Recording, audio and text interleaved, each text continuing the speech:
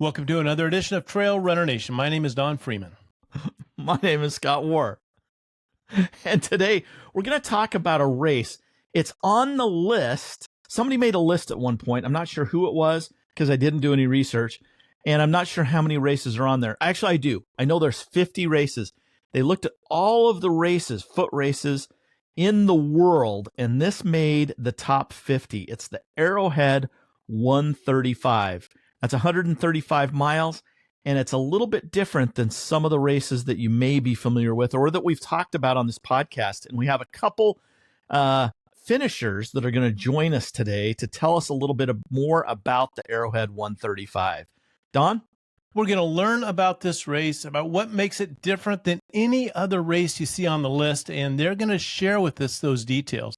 And these two runners that are going to talk to us, the first one being Bob Crowley. And you've heard about him on this show, and he's been on several times. And, you know, Bob has great credentials. He's a multi-finisher of Western States. He's run Tour de France. He's run this Arrowhead 135 we're going to talk about. He's ran the Tahoe 200, the Moab 200, and famously riding ties. So, Bob, welcome to the podcast. Giddy up. And joining him is also finisher of the Arrowhead 135. He's done it on foot. He's done it on a bike with his brother. And he's also, I met him at Tahoe 200 and again at Bigfoot 200, where we ran a bit. And he's also run a few hundred miles too, the Superior 100, the Badger 100, and the T-Bunk 100 and 150. Welcome back to the show. You've been on before, Terry, and we're happy to have you today. Thanks for having me back. And we can't even go a bit further, without mentioning Terry was part of the trio that did the Western States 100 slowest known time back in 2020 when the race was canceled because of COVID. Don, Terry, and Tosh started in Squaw Valley and finished at the track at Placer High School in Auburn, California, in a time that we can only say was measured by an hourglass. No, by a calendar. By a calendar, Scott. Don't be so generous with that time. Anyway, thanks, Terry. It's been a long time since we've had you on, and we're excited to talk about Arrowhead 135. Bob, to start this off, give us a synopsis, an elevator pitch of Arrowhead 135 and what makes it part of that top 50 list of toughest races in the world. Arrowhead 135 goes off the last week in January every year from starting in International Falls, Minnesota, which is aptly known as the icebox of the nation. It's traditionally the coldest place in the United States, the lower 48, in terms of daily temperature, ranging from kind of 0, gets down to 40 below. And with these 10 vortexes that we've had this year, it has been dipping down to the negative 30s and 40s quite a bit. It ends point to point in Fortune Bay, and it follows a snowmobile track inside of a David Dill Arrowhead Park. It's very beautiful, and you can bike it, you can run it with pulling a pulk or a sled, or you can ski, and it's your choice. I don't know, a couple of hundred people get in. Most of them are veterans, people that are coming back. They let a few rookies in. I was a rookie this year. And you're really asked to go the entire distance pretty self-sustained. You have to carry emergency gear. You have to carry enough water and food to take you the whole way. And there are 3 checkpoints and only 3. And one of them is just water. The other one is a gas station with a little mart that you can buy things at, sit on the floor and, kind of feed your face and get a little water. And another one is kind of halfway called Mel George's. And again, there's a little bit of food there, a little bit of soup, and you can kind of catch a nap. Other than that, you're on your own, and you have 60 hours to finish the race. So what makes it different? It's the elements. It is extremely cold all the time, and you're going in and out of the woods. And so when you're crossing these vast, what are basically marshes in the summer, but in the winter, they're just vast pieces of land. The wind blows across. It always seems like it's snowing, even when it's not. And it's just really, really cold. And the minute you stop, the effects start to freeze your hands and feet, and your body gets chilled. And so you have to be really, really careful about hypothermia or frostbite or both. And so there's a lot to the preparation for this, understanding the gear that you need and how to travel effectively and efficiently over the snow, pulling up. It's about 35, 40 pounds that you're pulling at any one time. Pretty cool race. Terry, I have a question for you. First of all, when you finished it back in what year? I believe it was 2020. My brother and I had done it together on foot that year.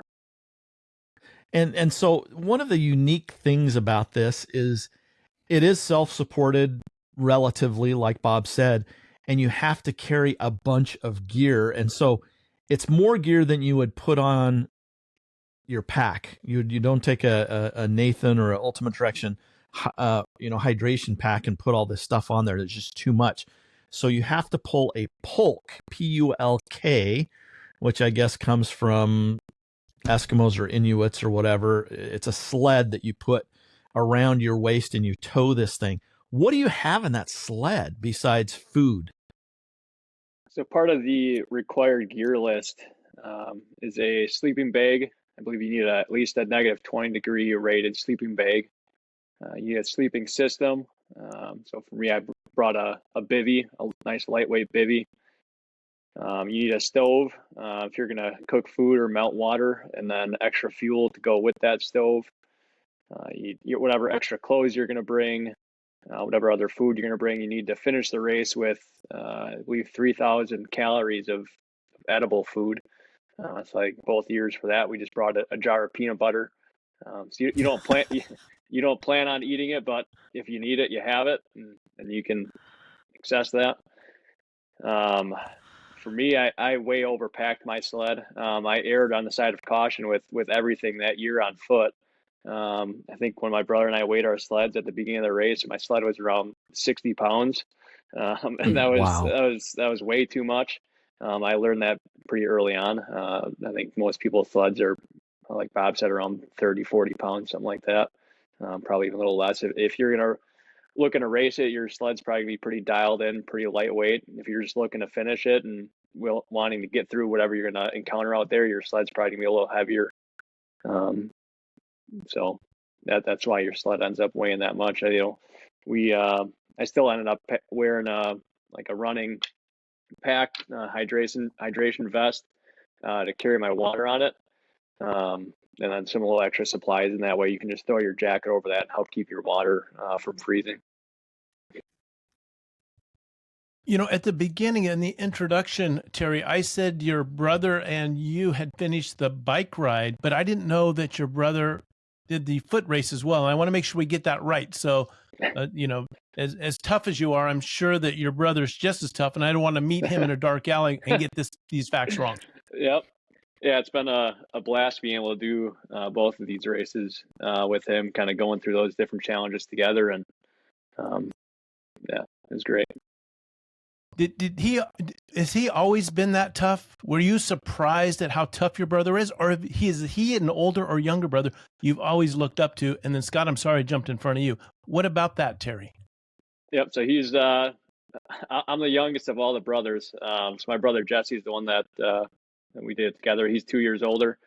So obviously I've always looked up to him, and they've always helped kind of shape my mindset and kept me tough when I was younger.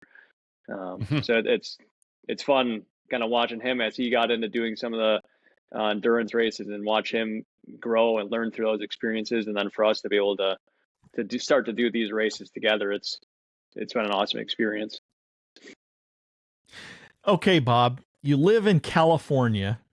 You have a resume of running a lot of races, but you live in freaking California, where we're lucky if it ever drops below freezing where you live, maybe once or twice a year. Why did this race tickle your funny bone? Why did you say, I need to do the Arrowhead 135? It's a good question. I think I'm at a point in my life where I'm looking for adventures, things that are different. And because I'm slower, in order to be able to make the cutoffs or, at least compete, I've got to look for things where the speed at which you move isn't like the factor. So I'm not geared anymore for Western States. That's a foot race. But this race, honestly, I did the math, and you can hike it, fast hike it, for the most part. There's a little bit of sledding. We'll talk about that later. But and I thought I felt like I could get in shape to be able to hike a long distance. And then what really fascinated me was all the research that needs to go into how do you move efficiently, in these sort of Arctic like conditions, and what's the gear you need? How do you eat?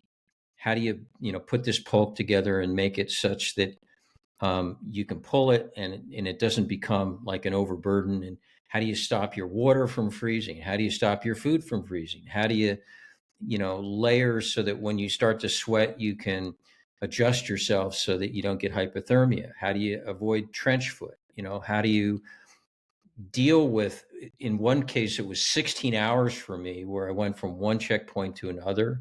And you really don't see much of anybody. Occasionally you do, but through the night, in the dark, in a strange place, in this cold.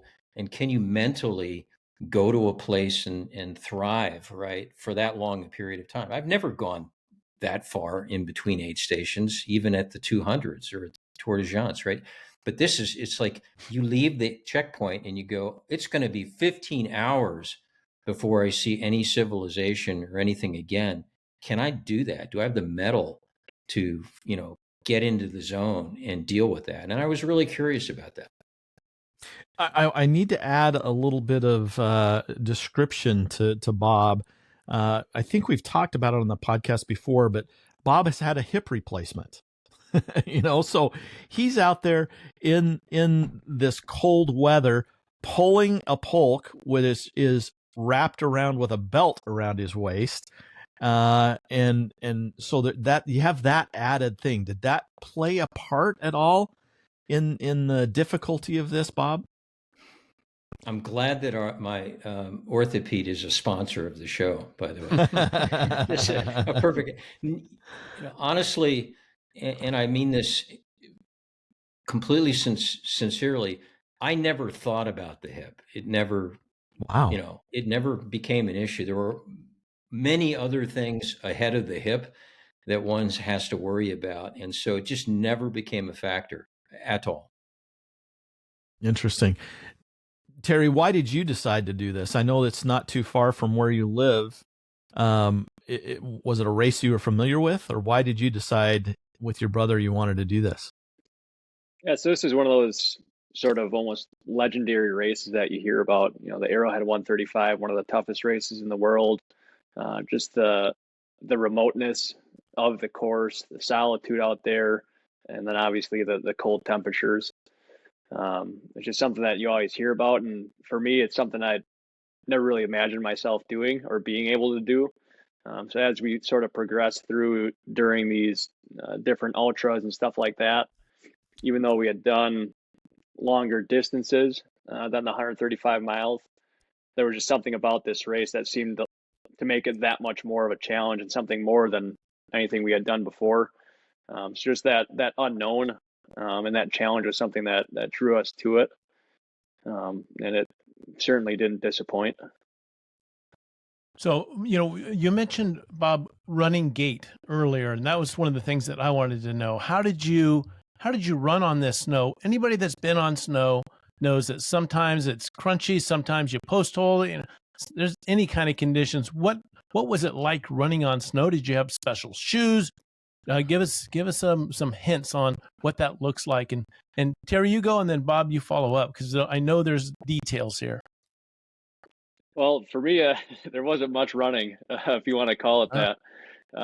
The year we had done it on foot, we had relatively warm conditions. I think during the day it was on the 20s, maybe around the start, it was in the teens.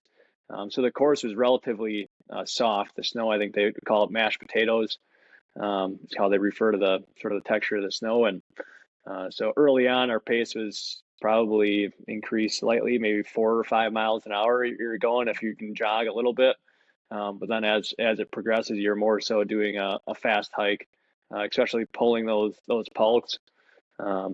There's not much of a running gait you can get to, at least for where we were in our training and our conditioning. As Bob touched on earlier, though, as you get further into the course and you're out of the flat sections and you get into the hills, is where you can make up some time sledding on your pulk down the hills. But I'll let Bob touch on that a little bit. Yeah, I think that to pile on to Terry, exactly. And we had a little cooler conditions, but it was still mashed potatoes, as they call it. And what is that? It is the snowmobile track has been gone over by snowmobiles, and then the bicycles, and then any skiers, and then all of the runners in front of you. And so what you end up with is snow that's maybe 2 or 3 inches deep. But imagine all the holes from all the footprints of loose snow and the tire tracks and the snowmobile tracks.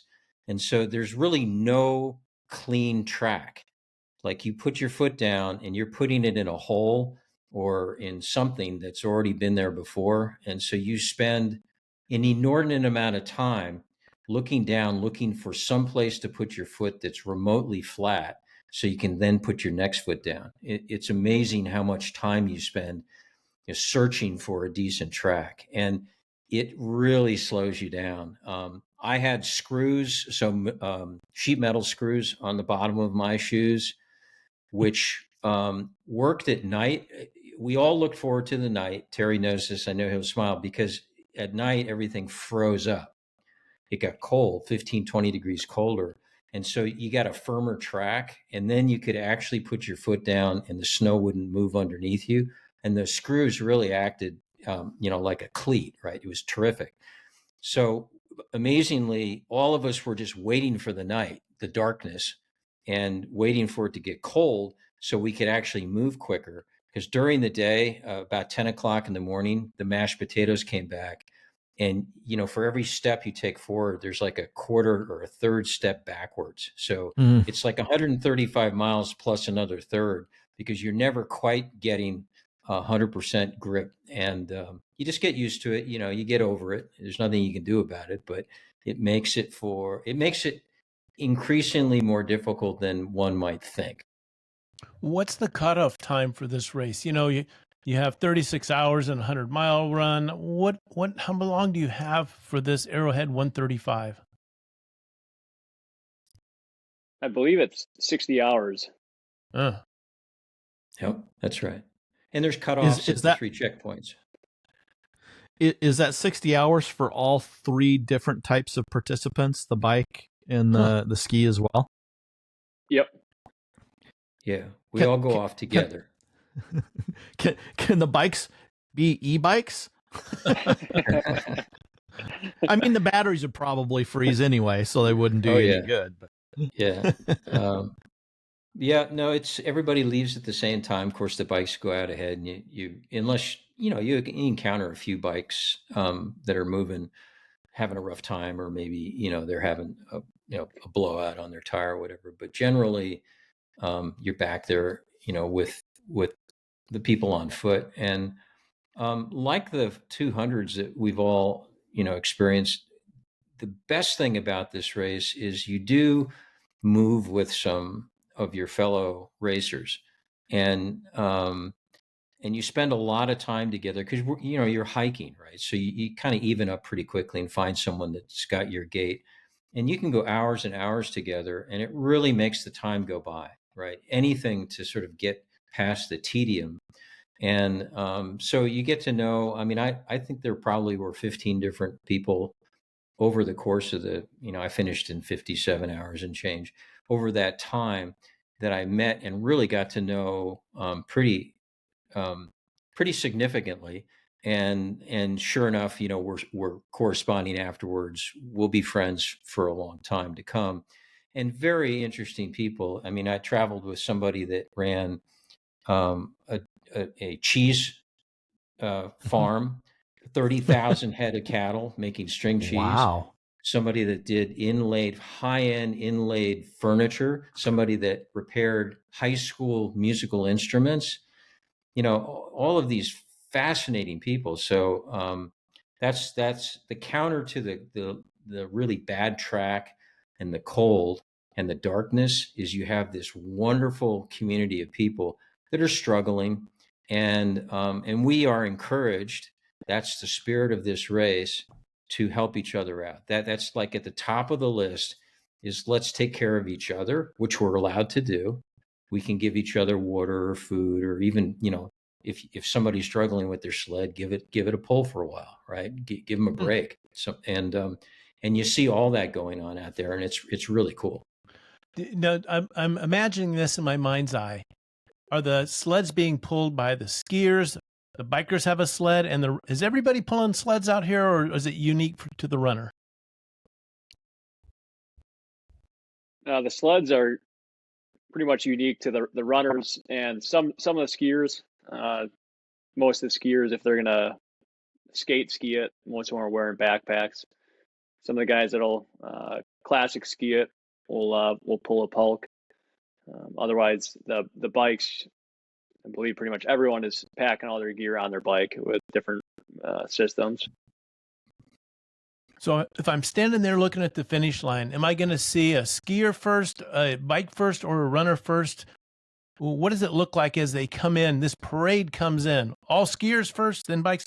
I'm imagining, I have no idea, but I could take a guess, but I think I'd rather cheat and listen to what you have to say.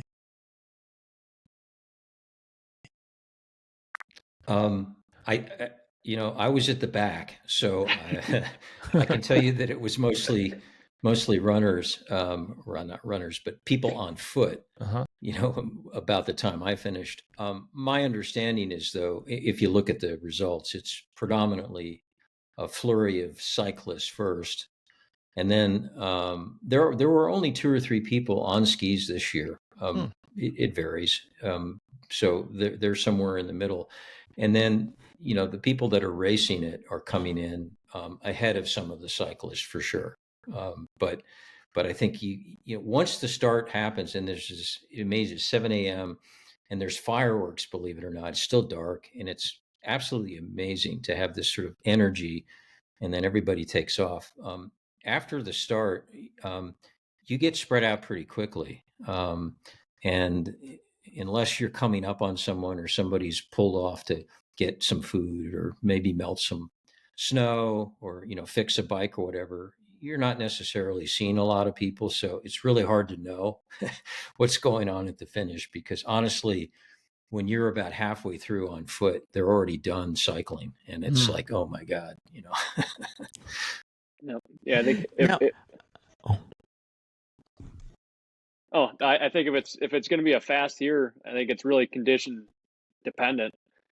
Some years, if it's a fast year and the bikers are moving, the bikers are going to crush it. They'll be out there fast. But if it's a slow year, the year we had done it on bike, there was parts before even the first checkpoint where you were pushing your bike through knee deep snow for what felt like miles and miles. And I think by mile 15 or 20, we got passed by the first few runners.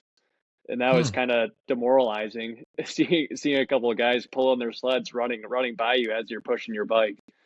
So I'm not sure how that panned out later, if we ended up passing them again on the bikes or what. But I think, like Bob said, typically your bikers are going to be out front, and then if the conditions are good, your skiers, and then your foot.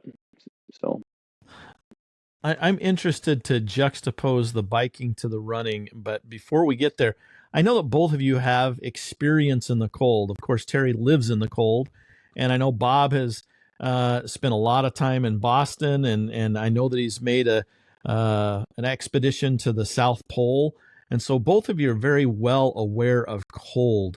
How do you prepare for a race like this that's cold? And is there differences between living in it and being out there for that amount of time? Let's start with Terry. For me, there's nothing that compares to going out and just experiencing the cold, testing your gear, and seeing what works and what doesn't work.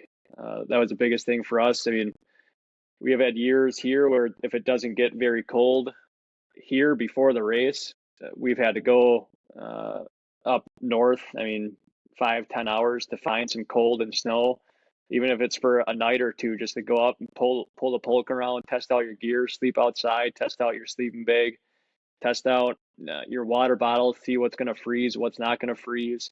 How are you going to store your phone, your food, all that thing. So just being able to go out and actually experience the cold, even if it's for a day or two, is key for me. If we didn't have that access to that, I'm not sure how we'd be able to test out our gear and figure out what was going to work. How about you, Bob?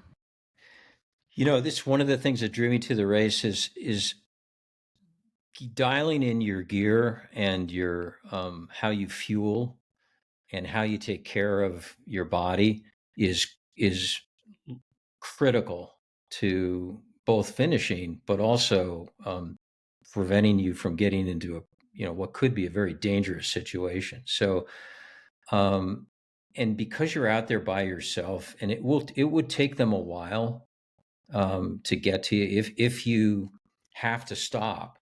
We can talk about what the procedure is, but you're going to be out there a while, and so you have to be prepared. And if you don't have the right gear or you get yourself into trouble, it doesn't take but 20 minutes and you're in hypothermia. And once you're in hypothermia, you don't have but, an hour or two before your organs are going to start shutting down. I mean, it's that critical. So unlike a lot of the races that we do where we overheat or we lose our stomach or we get cramps or we have blisters, all of those things, and I'm not diminishing that in any way. The closest thing I could compare this to is if you're in the altitude and you're not acclimatized and you get altitude sickness, right? Or even worse, you begin to have pressure on your brain, super dangerous, right? And the only solution is you got to get down out of that altitude. That's what this is like. You're thrown into this elements, and you have got to understand what to do, how to triage in the field and hope that you have the right gear. And you do need to practice. I can't imagine trying to take Arrowhead 135 on without practicing with all of your gear multiple times. And even though I'm in California, I am only an hour and a half from the Sierra Mountains. And so I spent quite a bit of time up in the Sierra practicing using gear, trying to figure out what my best fueling strategy was. And I mean, just basic things like the water will freeze. So you've got to have a system to not let your water freeze. If you can't drink, you're screwed. And a lot of your food that you might be accustomed to will freeze. So you got to find new food that won't freeze. Just basic stuff like that, that completely flips maybe what you thought you were going to do around.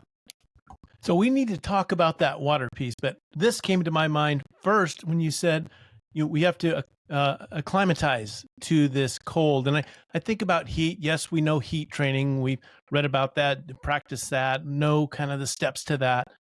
And also elevation, so altitude. So we know there's a ramping up, and it's best to get prepared for a high race, even if you live down low. Try to do something. But I never thought about trying to get ready for cold. I would figure just wear more stuff, go to REI and buy everything and put it on this polk and have mine weigh more than Terry's at 65 pounds. How is acclimatizing to the cold just as important or maybe more important than the altitude and the heat? And Terry, I'll throw that at you and then let Bob clean up. I think it goes along with what we had already talked about with just being able to spend that time in that cold and realize how serious it is and how serious you need to take it on figuring out your gear strategies for that. Like Bob was saying, for this race, after Mount George's, the halfway checkpoint, I had left there. I was sick. I started throwing up at Mount George's, and my brother and I were going to take a nap there. And I said, "No, I can't stay here because Mount George's is kind of the point where if you're going to stop, and not finish the race, that's going to be it. You can sit there and get warm and comfortable. So I decided to move on and let him. He was going to rest for a little bit, so I moved on by myself. And after that, from then on till the next checkpoint, which is I think around 35 miles from then, I maybe saw one or two other people, and that was a snowmobile going the other direction. So from there, leaving there, I was in pretty rough shape by the time I got to the next checkpoint. And it was dark out. I got there, and I again didn't want to stay there because I didn't want to stop and stiffen up. So I headed out from that checkpoint to what would be the finish line. That's another 20 to 30 miles. And in there, I ended up having to stop because I needed to sleep, and I got to the point where I was falling asleep as I was walking. And at that point, it was still dark out. It was probably, I don't know, 4 or 5 o'clock in the morning. It was relatively warm for that race, which was probably close to 0 degrees out. But there was a lot of snow in that section, and I needed to stop and sleep. And at that point, it kind of becomes real because now it's 0 degrees out. I'm dead tired. I am exhausted. I need to sleep. And at that point, my Achilles were in pretty rough shape. I was barely just stumbling along. And I knew that I'd bought a negative 40-degree sleeping bag for this race. You only need a negative 20-degree bag, but I hadn't bought the negative 40-degree bag just in case. I needed to just throw my bag out on the snow and lay in it. I knew I'd be fine. So that's what I did because I was too tired. I didn't feel like setting up a nice, shoveling out the snow and laying my sleeping mat down. I just took my sleeping bag, threw it on the snow, crawled in it, and slept for, I don't know, probably 20 minutes. And that was enough. I stayed warm. I got out of that, and it was enough to just get me going until the sun came up, and was able to push through to the finish. But what I had done leading up to the race, one night I had to drive up to Upper Michigan to find some cold weather and snow. And it was around 0 degrees, and I went and slept on the shore of a lake, and I just laid my sleeping bag in the snow and slept in it. So just having that one experience and knowing that, okay, I can do this, it'll get me through it, I'm comfortable with this. So just simple little experiences like that and going out and testing your gear can go a long way. Wow. Let's hear from Bob about acclimatization through this cold, because he was about to follow up on that. Did you have some comments? Well, I think that unlike altitude acclimatization, where you can go into altitude, it's recommended that it's sort of like a couple of weeks to optimize, or go right before you're racing, and you can acclimatize with cold. To Terry's point, you can practice being in the cold and practice using your gear. I'm not sure you ever really acclimatize unless you're in those conditions. You live in the Arctic, or you live in Antarctica, or you live in International Falls maybe year round. Maybe your body, the blood level in your body does adjust. I mean, it's certainly moving from Boston to California, initially, everything seemed really warm out here for quite some time. Now, when I go back to Boston now, my blood is incredibly thin and anything seems cold. So there is something to that. But as it pertains to these extremes, you were talking about below freezing almost all the time, and then you add the wind chill to that, and then just moving and wearing yourself down, so that your body's ability to fight the cold gets diminished. These are the things that you've really got to understand what's going to happen to your body and find gear that is available and a system to wear that gear, such that when you start to chill, what do? When you start to sweat, which is a really big problem, and now your core is a little bit moist, and then you stop for a moment, your body chills immediately, and now all that energy you were using to move forward is being commanded to try to warm your body back up. They say 75% of your body's energy will go to warming your body if it gets cold. That's a lot of energy that you can't now use to move forward. And so there, I turned to the previous competitors that I knew first and foremost to get advice. But then I really started querying people that go on Arctic and Antarctic expeditions, people that are out there for weeks at a time, and they're in the most extreme circumstances. And how do they survive? What kind of gear do they use? How do they eat? What do they pack on their polk? How do they deal with sweat? How do they deal with blisters on the go? Because imagine, you get a blister and it's, I don't know, 0 degrees, and you go to take your gloves off, and you have to figure out how to get your shoe off, right? And then get all the way down to the skin, and then look at what it is, figure out what you need from your med kit to go fix it, right? And then put that all back together again. That's going to take you, I don't know, 10, 15 minutes. By then, your hands are ice. I mean, you got icicles now on your hand. You can't even move them. Not to mention your feet are now frozen, and the rest of your body is, your core temperature is dropped, I don't know how many degrees, right? So you get up out of the snow and you get going again, and you realize I can barely move, right? And so the blister becomes the least of your concerns. That it's that kind of thing that until you go out and practice it or have it happen to you, you don't realize how complicated it is, even just to get like your gloves off and be able to find anything in your pulk. It sounds ridiculous, but it's not that easy. So Terry, what do you do if you have a blister? Do you take care of it when you're in between these aid stations that are so far apart, or do you just try to push through it and wait until you can get to the gas station where you can take the shoe off? How do you deal with it?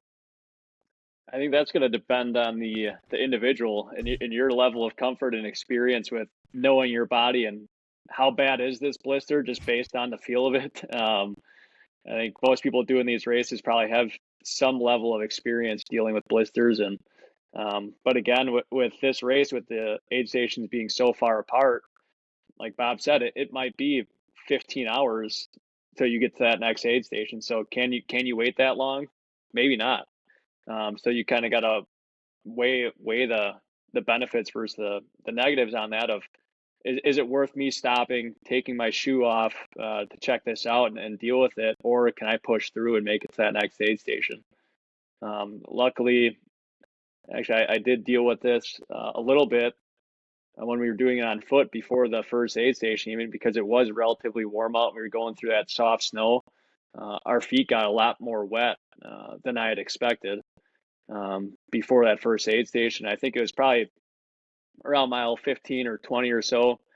I stopped and I said, hey, I got to change out my socks. Like my feet were getting way too wet early on.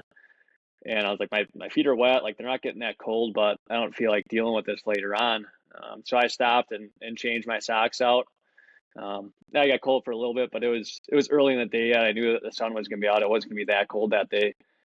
So at that point, it was worth it for me to stop and change my socks out for a drier pair of socks, at least for a little while before we got to that first aid station. So little things like that. But again, that comes from experience from doing other races and stuff. But that's going to be up to the individual.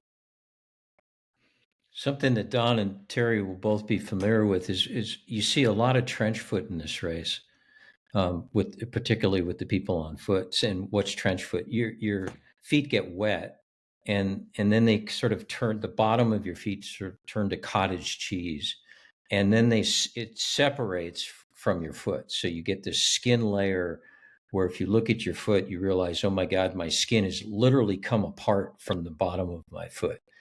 And I had a little bit of it, and I've had it before. I had it in Italy when I ran Tour de Giants, and so I was familiar. I didn't like freak out. I understood what to do and how to fix it, but it's really dangerous. And of course, if that skin tears at all, then you've created this portal into raw underneath, and at that point you're not going anywhere. And of course this happens all the time in the military, where you're traveling weeks upon weeks in god awful conditions, and you have to take care of it. So again, when I thought about trench foot, I turned to a lot of military YouTubes and people providing advice saying here's sort of the modern way to deal with trench foot. This is the procedure. Here's how to prevent it as best you can, and then if you get it, here's what you got to do.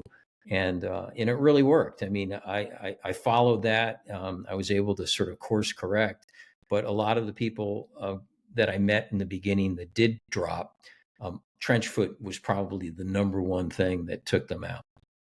I am writing so many questions here. There's no way we're going to get through even my list. I know that Don has a lot of stuff written down too. Bob, you can't stop there. What do you do for trench foot? If someone has trench foot, what do you do? What did you find works? Yeah, so you gotta as quickly as possible strip off all, whatever layered system you have in your get your boots, your shoes off, get all the socks off, get down to, just the bare skin. And then you've got to find some sort of heat source, whether it's the stove that you brought with you, or if you're in a place like Mel George, Terry said, they had a little, kind of area for warm there. You have to get your feet warmed up. You got to put it, near some kind of heat, and give it about, I don't know, 20 minutes to a half hour for that skin to begin to dry.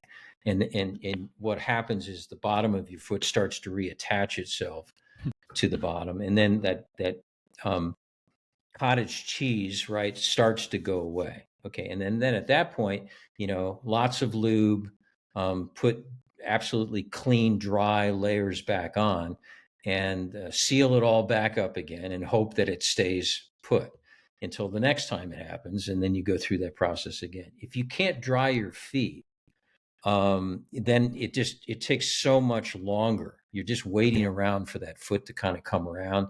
And this race, the cutoffs, they're pretty generous, but they're not, you got to stay on point. And if you're spending too much time cooking or making, sleeping or, boiling snow so that you can have more fluid, or dealing with your feet, you're going to miss the cutoff, and that's it. Race is over. So there's this constant decision, like Terry said, you have to make, is to, are my feet good? And like I got to mile 37, the first checkpoint, and I was planning to change my socks out, but they felt so good, I didn't want to mess with them. I just said, leave better things alone. I got other things I can do with the time here. And I just let them be. By the time I got to mile 70, which is checkpoint 2, they were floating. And I was able to get them near some heat and let them dry out for about 20 minutes.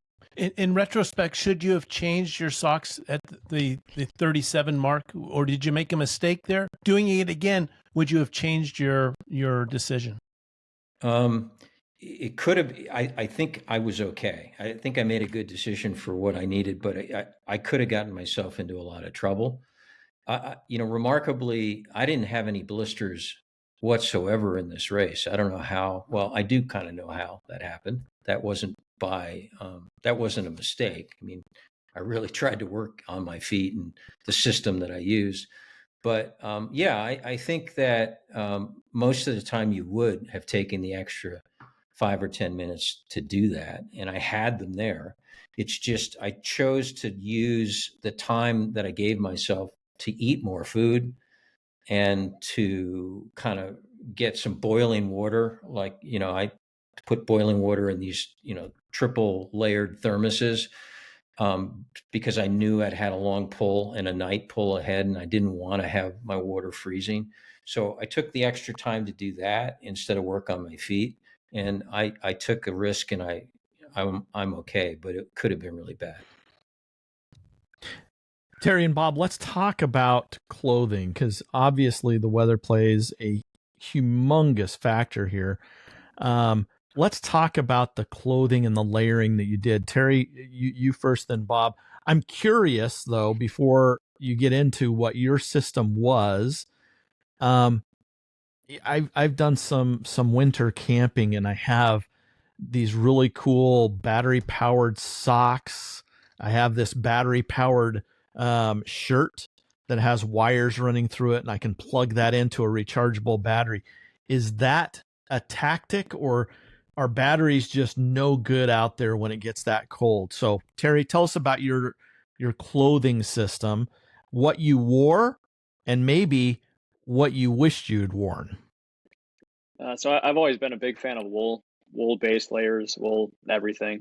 So I think for Arrowhead, both on foot and on bike, I would just wear a simple, like thinner wool long sleeve, and then over that, just a mid-weight, whatever. It didn't matter if it was wool or a synthetic. And then over the top of that, just a puffy coat, just a light puffy coat, depending on how it was getting colder during the day or whatever. And then on the bike, I wore like a windbreaker, semi-insulated vest, just to help block the wind. And then another lighter soft shell to throw over the top of that at night.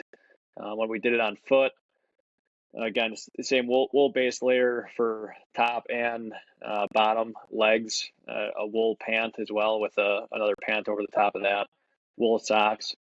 And then the year we did it on foot, just carrying the Polk, I was fine bringing extra gear, so I brought a large Mountain Hardwear puffy jacket. I think it's one of the warmest jackets they make. It was a little extra weight to bring on the sled, but again, it was one of those things where I was like, well, if I need it, if it's going to be that cold that I get stranded out there and I'm stuck out there for hours, I want something that I can just throw on and then I'm going to be able to survive in.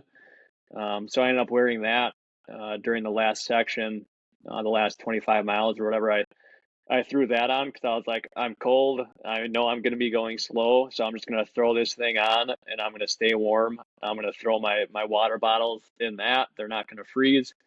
So that's what I ended up doing. I think I wore a thin wool long sleeve shirt and then that large jacket over the top of that. And I was pretty much sweating all the way back. But it was comfortable. Bob, what about you? Yeah, so my goal was to put a layered system together where I would minimize the amount of sweating I was going to do. And so I used Exoskin. They've sponsored the show before from head to toe. Every part of my body was touched by Exoskin, including my head, as the first layer. And it really wicks, and it also keeps you warm.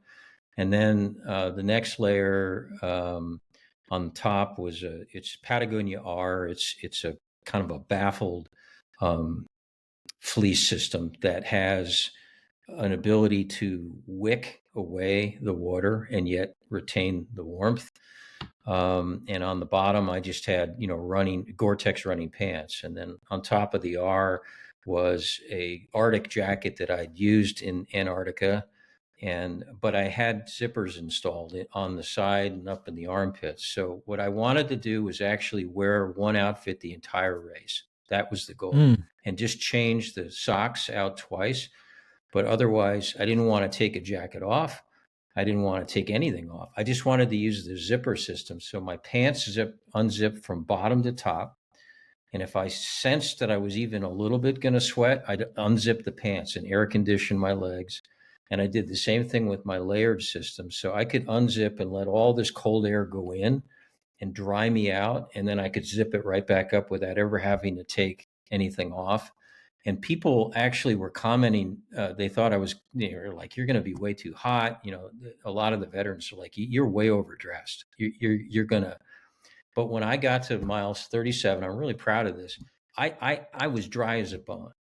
I absolutely just turned around, kept the same stuff on, and did what I needed to do with fueling and went right back out. And the same thing happened when I got to mile 70. I mean, I really had dialed in, what you need to do. And I had a 3-layer system on my hands, a triple layer system on my feet. And so my feet were never cold. I will admit that. And only until the last day when it got way below zero did my hands get cold. And it's only because some ice had formed inside the glove and they were Gore-Tex and I didn't realize it. So I had my fingers up in ice and I didn't even know it until I finished, and then they kind of turned blue. So I've got to ask, I don't think we covered this in the beginning. Is it a point-to-point, a loop, an out and back? What type of course is this? And tell us a little bit about elevation too. Terry? Yep. Yeah, so it's a point-to-point. We started in International Falls and then ended in Fortune Bay. The first, the mile 1 through 37 is relatively flat until you get to the gas station. From there, I believe you get into a little bit of hills, nothing crazy, and then you cross the lake and get to Mel George's, and from there you get into some pretty hilly terrain for the next 35 miles or so. And that's kind of an eye-opening section. You go from all the flat course you had up until that point, and then it's rolling hills for what seems like hours and hours and hours. And that can kind of weigh on you because by that point you're probably into your second day if you're doing it on foot. You've already kind of gotten over that mental hurdle of leaving Mel George's and kind of riding that mental high for a little bit. But then those hills kind of creep up on you, and when you're pulling that pulk and you're going up those hills, that pulk is kind of trying to drag you backwards the whole time. So that can kind of weigh on you. I think that's where I ran into some issues with my Achilles, with just pulling that pulk up those hills over and over again. And then after you get to the next checkpoint, which I think used to be called Surly, now it was Embark, at least last year it was. From there, you get I think they call it Wake 'em Up Hill, is one last big uphill after that checkpoint, and then it's a downhill into a long flat to the finish. Well, I've got to ask the next obvious question that everybody's leaning forward thinking: what goes up must come down. Are there any free miles? Do you get to hop on your pulk and just cruise past others? Frosty the Snowman kind of thing, right? Yeah. Well, those hills that Terry talking about, they had been described to me as kind of bigger rolling hills, and there's like one or two really big ones. And so I've never seen this course, and I had it, and it was nighttime for me, the second night. And so when we climbed the first couple of hills, I thought, well, that was hard. They're shorter, maybe, I don't know, quarter mile, one might be a half mile. I doubt it's that long, but they're steep. It's like 30% grade, and because it's that mashed potato, the snow hadn't set, so you're just digging, you're putting your toes in, just trying to, get yourself up while you're pulling the pokes. But you get done with it, and you're like, okay, I mean, that was hard, but I think we're done. And then I didn't realize there were actually, I think, 12 to 15 hills in a row. And so you get up and you think you're done, and it might go down a little bit where you can jump on your sled. You're allowed to ride your sled. So you can jump on your sled and ride down for 10 seconds, 15 seconds. And then you got to get up and you put yourself back together and hope you didn't have snow blow in your face. And then it's another climb. And because it's dark and there's no moon, you can't see how steep it is, but there's like this endless barrage of hills. And there are a couple of really great downhills, but here's the deal. It's dark and your headlamp is insufficient. And if it's snowing at all, you can't see much in front of you. And so I don't know the course. And so you're getting on the sled and you're just basically going. I mean, you're using your feet as brakes or as steering. And at times, honest to God, you're going like 30 miles an hour on the sled, and you have no idea where the bottom is, and also is it going left or right? And it does, by the way. And so you're like right up on this curve, and you're digging your feet in, and all the snow comes up and gets all over you. And so now your nice dry body is caked with snow, and you just missed hitting a tree. I mean, it's really dangerous. It's fun. It's really, it's really fun, but it's really dangerous. And then you get up and then you do it again. And it's like Terry said, it's pretty exhausting because the climbing wears you out. And then I found the mental anguish of, do I slide on this one or don't I? Like, do I kind of deal with it? And it's like, when I do, there were stories of people, I saw pictures of people's sleds that were cracked in half. And I was with a gal earlier in the day that had hit a tree with her head and it took her out. I mean, this does it doesn't happen all the time, but I mean, it can happen.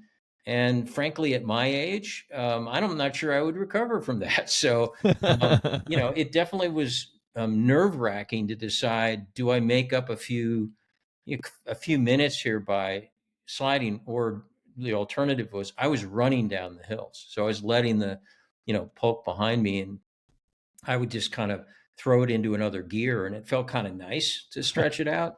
Would the But pulk that's switch pretty places? dangerous too. It's dangerous because this 40-pound sled is bearing down on you.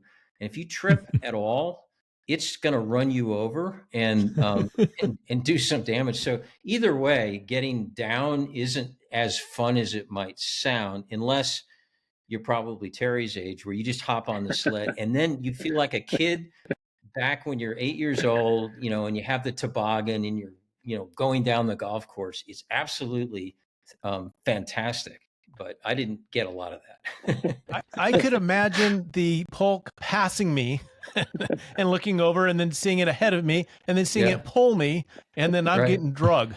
So all of the above. Yeah, that happens, huh? Well, let's talk about completion rate. Like a normal 100-mile, depending on, the climate and the heat and the time of year, you might have as low as a 45% rate. That's quite low, or as high as 80%. So it kind of fluctuates in there. So I know this question's, maybe a bit tough for Arrowhead, but what is the completion rate for this race? You might know that a little better than me. I'd say it depends on what discipline you're doing. If you're doing it on foot, bike, or ski, I think those vary probably a pretty good amount from each discipline. And then just from year to year, depending on the conditions. I'm sure there's years that are much higher, some years that are very low. What the exact numbers are, I'm not really sure. Yeah, I think generally it's, I don't know, 45% overall. And to Terry's point, it differs depending upon, the year and the conditions. And on foot, it might be a little lower at times. And then for rookies, so if it's your first time, your maiden voyage, then the finish rate drops down below that. I don't know what it is, but it's pretty bad. It's a pretty bad percentage, because it's just one of these races where you just learn. You learn from all the mistakes you made and the things that you should have done or didn't do and weren't prepared for. And that's why the return rate on this rate, I think Ken, the race director, who is a fantastic race director, and his team, the care that they give for everybody is unbelievable. As a community goes, this is about as good as you're going to get for a race. But I think they have about 8 out of 10 people competing are returning, right? So it is like an Ironman, right? It's the kind of thing when you do it, you want to do it again and again, and you're always proving something different about yourself, whether you change the discipline or the conditions. As Ken says, if it's a little too warm, like 5 degrees, it's like you're cheating yourself because you're really not getting the full experience. And he's serious, and it's, yeah, I mean, when I checked in, I thank Ken for letting me in because I was a rookie. And he said, well, do me a favor. I said, what's that? And he says, don't finish. And that's, that's kind of the humor of the whole thing. But there's some seriousness to that, because it is noted for being very, very hard to finish, especially when you go at it the first time, just because there's so many factors out of your control, or maybe they're in your control and you didn't know it until it's too late. Unlike, a lot of the races we do where you lose your stomach or you do get blisters or whatever, takes you down, and you can recover if you have the mettle and you believe. This is one where if you make a mistake or too many, you're not coming back. You're going to have to drop out. It's just too dangerous. It's too hard. So I have a 2-part question for both of you. Number one is, what is the biggest lesson you learned? And Terry, I know you've done it on foot and on a bike, so maybe you can elaborate with each of those finishes. So what did you learn? And then to Bob's point, are you going to go back? So Terry, you go first. So lessons learned. I think the biggest thing is something we already touched on is just your preparation, figuring your gear out. So preparing in that regard, I guess, physically with your gear, and then obviously I think most people that do these types of races, you're going to be in good enough physical conditioning wise, when you get there. But get your gear dialed in. But then the biggest thing for me for these races has just been the mental aspect of it. I think even more so than any of the 200s or other hundreds we've done. There's something about this course in this race that I guess has tested me more than any other race has, and that's something that draws us back to it. Something that Bob touched on earlier is the community. Obviously, the race director Ken and all the volunteers at the aid stations and all the other people doing the race. There's something very unique about it. There's something about everyone kind of taking care of each other out there on the course, just because it is so remote, and there may be hours and hours where you're out there by yourself, maybe see one other person. So that's something for me that really tested me, where those last couple of sections of the race, you're by yourself for the most part. I think from the last checkpoint to the finish, I was by myself. That was maybe 15 hours or so, and you're out there in what feels like the middle of nowhere, with relatively flat terrain and nothing but spruce and tamaracks on either side of you. So it really allows you to get into that headspace and be alone by yourself for that amount of time when you're in that amount of pain, and when you've already gone 100 miles and you have 35 to go. There's something very unique about that. So we appreciate Ken for putting that on, and all the other volunteers that help with that. So yeah, just that mental preparation aspect. 15 hours by yourself, Terry. Was there ever a point where you thought, am I still on course, or is it pretty straightforward where there's markers or something to give you that sense of security? Yeah, for the most part, I think you're on the Arrowhead Trail the entire time, and it's, I don't know, it's a snowmobile trail, so you can pretty much tell when you're on it or not. I think there's a few turns, maybe earlier on in the race, where there may be some questions, but for the most part, the course is pretty well marked. It's not like some of these other races we've done in Tahoe or Bigfoot, where you're kind of out there and you're following a little single track trail, where it might be more difficult. I know we've missed turns at those races before, but at Arrowhead on a snowmobile trail, it's a little more simple. And then are we going? Okay. Are we going back? Absolutely. I think in a lot of these ultras, by the time you're done with them, you're saying, I'm never running again. I'm never doing another race. But I think we probably went through something similar after doing it on foot. But my brother and I getting into biking, we're like, I think we got to bike it now.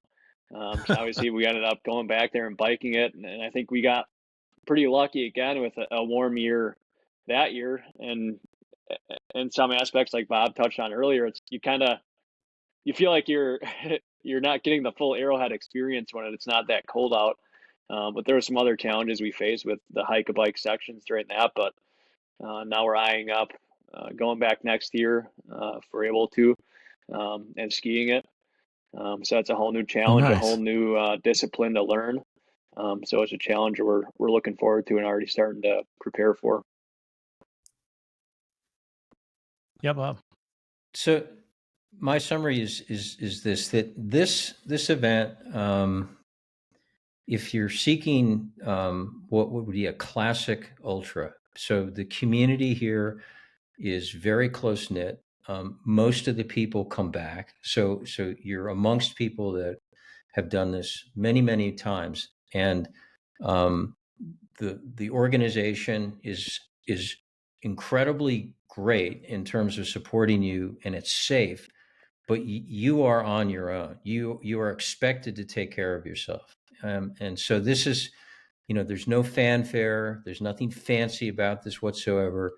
And I love it. I love that. That's kind of where I was brought up in trail running. Super straightforward, self-reliance, very hardy people, very gritty people. So the community, if you're looking for something like that, it's sort of the antithesis of some of the things that we see, in the media all the time. And then you want to go seeking, Terry said it, you want to go find out something about yourself. I mean, really go deep into yourself and figure out what do you got. Ken and his group are kind enough to host this little retreat where you can go and find the answers to all those questions and more. If you want to know, this race will pull it out of you. It will show it to you raw. And for those two reasons, I loved the event. It met all of my expectations and some. I personally probably won't go back simply because I'm one of these people that like to just continue to try different things. So, and I also feel like there's such a restricted number of people that can get in, that, allow somebody else to have this phenomenal experience, because it really is transformative what you go through. When I finished, someone asked me, what do you think? And I said then, and I will continue to say it, given all the things that I've had the opportunity and privilege to do in nearly 40 years of ultra running, this event this year for me at my age, given what I was doing, was the hardest thing I've ever taken on. It was really hard to do. And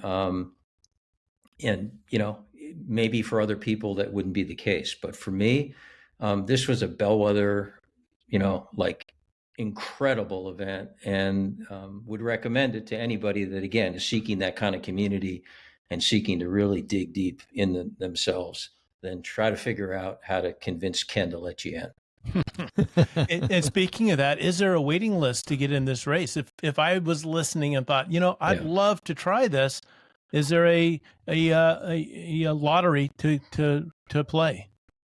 There's no lottery. I don't think he runs a lottery, does he, Terry? I think Ken in September asked for people to submit their interest, and he will, take a lot of the veterans, most of the veterans first, in some subjective way, and that's his privilege. And then you kind of, you have to submit a resume. And if Ken feels like you're capable of getting the job done, and there's room, then, he may give you an offer to come race. But it isn't a given, and I actually think that's part of the mystique of this, is that there's this custom, group, and it's very humbling. It's extremely humbling to be accepted, and the race, whatever little bit of chutzpah you have left, this race will suck it out of you in no time. And so when you get to the other end, or even if you don't, the warmth of the people there and their understanding for whatever may or may not have happened is incredible. But I really do understand completely why people keep going back to this race. It is, it's like an annual pilgrimage, right? That you, if you want to test yourself, if you want to know where are you at on that life spectrum, right? This race is the place that you need to go to find out. Scott, I've done enough podcasts with you to know that you've brought us full circle with the perfect ending.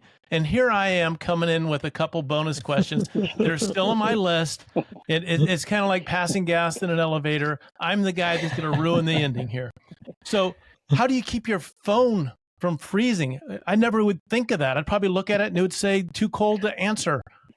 Where do you put it? Down your pant leg or inside a thermos?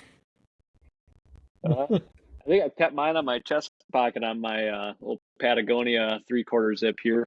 But Nice. To be honest, for like each time at Arrowhead, I don't think I took my phone out more than a couple of times. I don't know if it's just because you're in that headspace and you're just enjoying the solitude of being out there in that scenery, or talking to other people out there on the course. Or it's just because it's too cold to take your gloves off and pull your phone out and be messing around with it. But I didn't find myself take my phone out. I maybe have a couple of pictures from each year out there on the course, and you kind of cherish those. But yeah, I don't think I really used my phone much at all, and it might have been dead at the end anyways, just from the cold. Yeah, I put mine in airplane mode. I think one time I took it out just briefly to text, a friend, but that was it. It was always in airplane mode. And I was listening to books at night, and so I was using it, and I had a pocket sewn really close to my body, and then I put it I made a thermal case for it, out of reflective, that you use on the side of buildings. I just made a custom little koozie for it, and having it in airplane mode and having it close to your body, and then having it in the koozie, it was enough energy to get through. I love the technology that's out there. We could, with the GPS, all three of us, Terry, Scott, and I, were following your blue dot going through this race, making comments back to Terry. How's he doing? What do you think? And he told us, well, he's at the second aid station. This is good news. And he was giving us some rundown on that. And in part of that dialogue, right at the end, Bob, after your race, the first comment you made that I remember was chafage. You experienced something about chafage unique to this race. I haven't had a chance to ask you this. We did see each other at Super Bowl at a party. I didn't ask this question because I didn't want to hear the answer then. To keep it fresh now, what unique chafage challenges do you have with this race?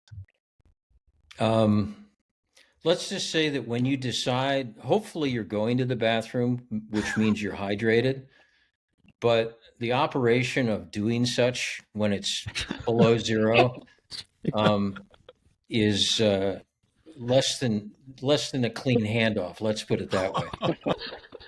Oh, Ryan, you're going to have to fix this.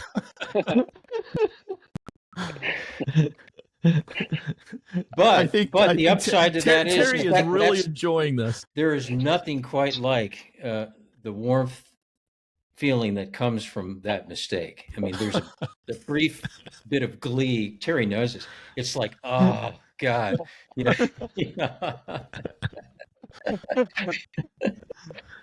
Oh, let's see if you can rescue this, Ward. Try to close this out. You asked, Don. Thanks for that peak end, Freeman. Hey, this has been a fun discussion, and boy, we have to apologize to the race organization up there that they're going to get so many entrants now, so many applications. But thanks for sharing it with us. Sounds like a great time. Sounds like just an amazing experience with an amazing community up there. Hey, Bob, before we end, tell us a little bit about History Expeditions. So it's a organization. There's 5 of us, all ultra runners or endurance riders, equestrians, and we look for lost trails in the America West, sort of in this Sierra, and we try to discover them through going out in the field and using clues that we get from doing research with a team of researchers that we've assembled.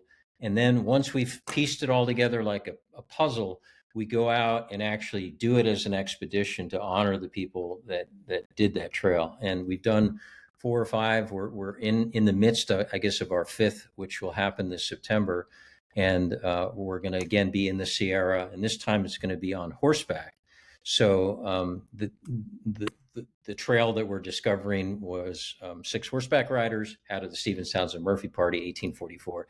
And so our team is learning. Some of us know how to ride. Some of us are okay at riding. Some of us haven't ridden at all. So by September, we're going to have 5 people up and running, and we're going to ride the expedition. So really, really fun stuff.